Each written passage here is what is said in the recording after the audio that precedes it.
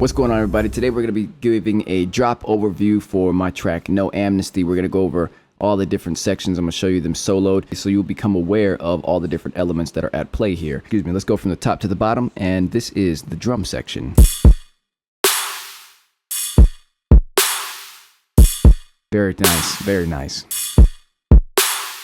Yes, so yes, just wrote this in with MIDI using the drum rack. There's my kick drum. There's one part of the snare, and then the upper part of the snare is a clap. When you play those together, it sounds really, really fucking nice, right? Very, very nice transient, very nice attack. So that's the drum section. Next up, we have the low end section and the synth section.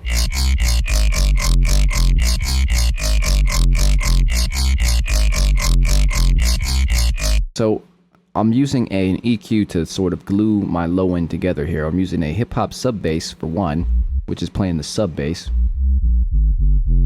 and then that actually has BX sub filter on here, which I think it's a free plugin, as if I'm not BX Brainworks sub filter. Look it up.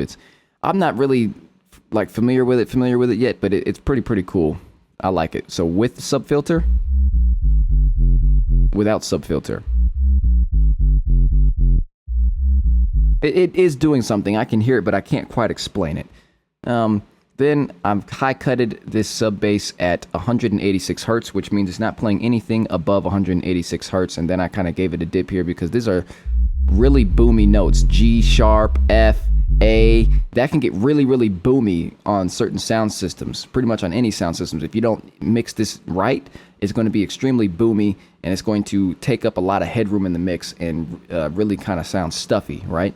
So I kind of took out some of that area of that stuffiness that could potentially cause problems, gave it a -3 dB sort of dip here, so it could give the rest of the track room to breathe and not be too cloudy in this sub bass frequency of around 56 hertz, right?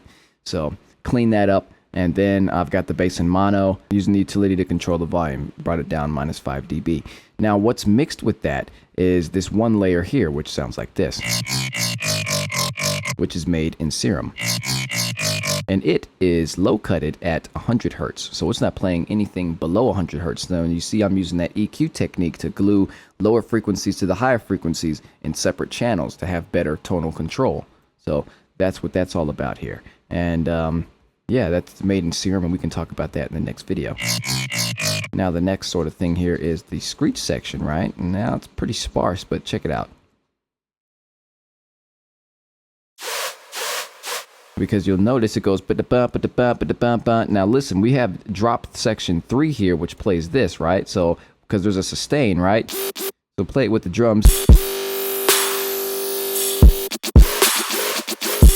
Yeah, so you'll notice without the screeches, the ba-da-ba, ba-da-ba does not work. It's still there, but listen, with the screech it has emphasis. You see that? It's all about these little details that kind of bring things to life, especially in the context of the mix. Listen in the full context of the mix. Without the screech, it's boring. Now you put that screech in there, it really, really makes a nice difference. So that's what that's all about. Next thing we have here is effects. And then it comes in again. Now notice here,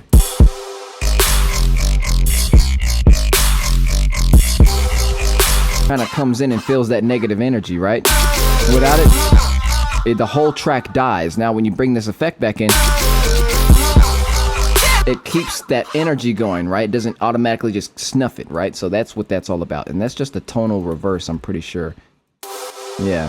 It's just a reverse tonal effects that's like a rise or something like that in a specific key, and I tuned it right. It's actually up +14 semitones. Sounds like a snare with a lot of reverb. It's probably what it is. So yeah, that's the effects section. Now you got the vocals, and we'll talk about that in another part.